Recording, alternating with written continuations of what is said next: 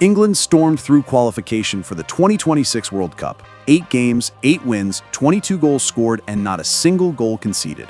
How did they pull this off? And what's coming for the Three Lions next summer? Let's figure it out. On October 16, 2024, England named Thomas Tuchel as new head coach, with appointment made on January 1st. He sounded genuinely excited about the job, saying he's always felt a deep connection with English football, and called this invitation a huge privilege. In the past, he was only clubs manager, so this is his first international experience.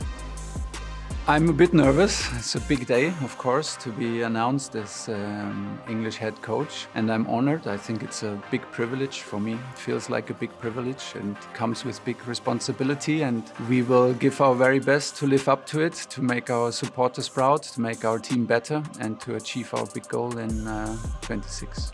England took part in Group K with Serbia, Albania, Latvia, and Andorra. Sounds like it is not as competitive as it could be.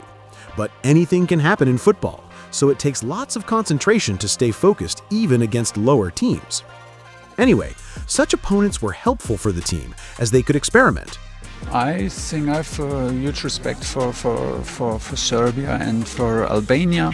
They can always surprise. They have a strong history of football. Latvia, England never played Latvia. We have, of course, Andorra, where we are huge favorites, but we have to qualify. This is the most important. Tuchel began shaping the team his own way. England has a lot of world-class players, but it's always difficult to build a good and balanced lineup that is going to work as a structured machine. Back in March, he picked his first 26-man squad for England's World Cup qualifiers against Albania and Latvia. He brought in a few fresh faces: Dan Burn, James Trafford, Miles Lewis-Skelly, and Jarell Quansah all got their first senior call-ups. Plus, Marcus Rashford, Jordan Henderson, and Reece James rejoined the squad after being away for quite a while. England had no problems throughout the campaign. 100% of the points were won with a 22-0 margin, a powerful result. Tuchel's team kept the ball for over 74% of the time. Nobody else came close.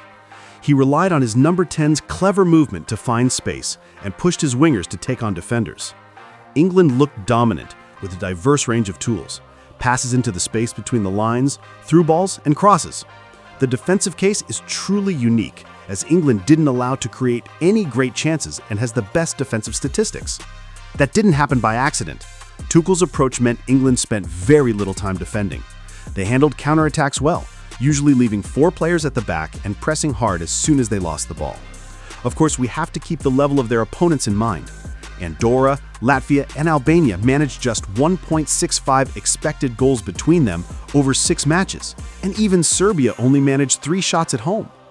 The first game was a perfect start of the qualifying campaign, as Lewis-Skelly and Kane gave England a comfortable 2-0 victory over Albania at Wembley. England kept control from there, never really letting Albania into the game. 3 days later, England faced Latvia. Reece James kicked things off in style in the first half, bending a free kick into the top corner from 25 yards out, his first goal for the national team. In the second half, Kane added another with a simple finish right in front of goal. 7 minutes later, Eze made the final score, his shot taking a deflection as he scored his first senior goal for England. It was a much more dominant performance. After those matches, you could really see what Tuchel was up to. He was working not only on the structure, but also on the individual performances of his players on the pitch. This is evident in the demands placed on the wingers.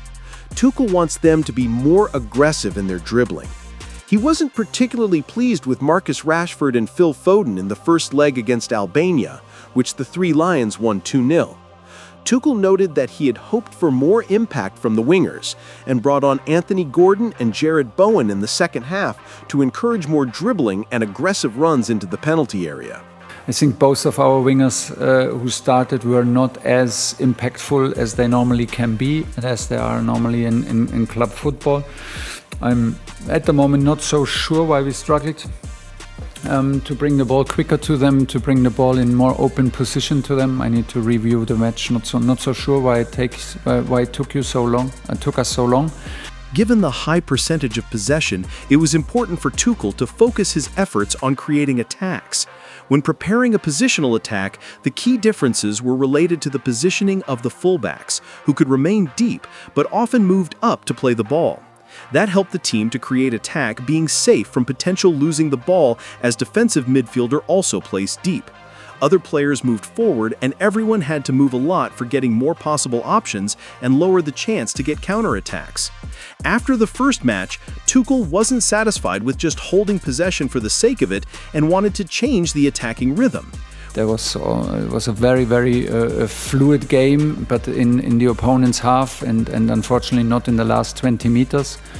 We struggled to find solutions where to take the risk and maybe take more risk with chip balls behind the line.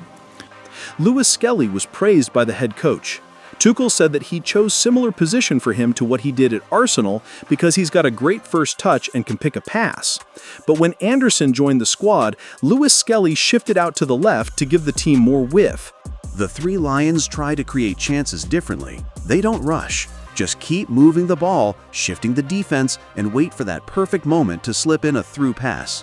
All the off-the-ball movement opens up spaces for the runners. Second tempo runs into the penalty area are a must for all Tuchel teams. It's the same in England. As soon as a large gap opens between the defenders, the number 10 or one of defensive midfielders use it. Long balls are another thing. After a quick vertical pass out wide, they can get into the final third with just one ball, skipping the crowded midfield. Also, there is another component comes into play. Wingers are forced to be met by two players, which means space opens up somewhere. Another great weapon was set pieces. 25% of all their goals came from corners and free kicks. I've already talked about how set pieces influence modern football in one of the previous videos. That works for England national team too. Kane has now revealed that England have been developing an NFL-like playbook that can help the team in the coming World Cup.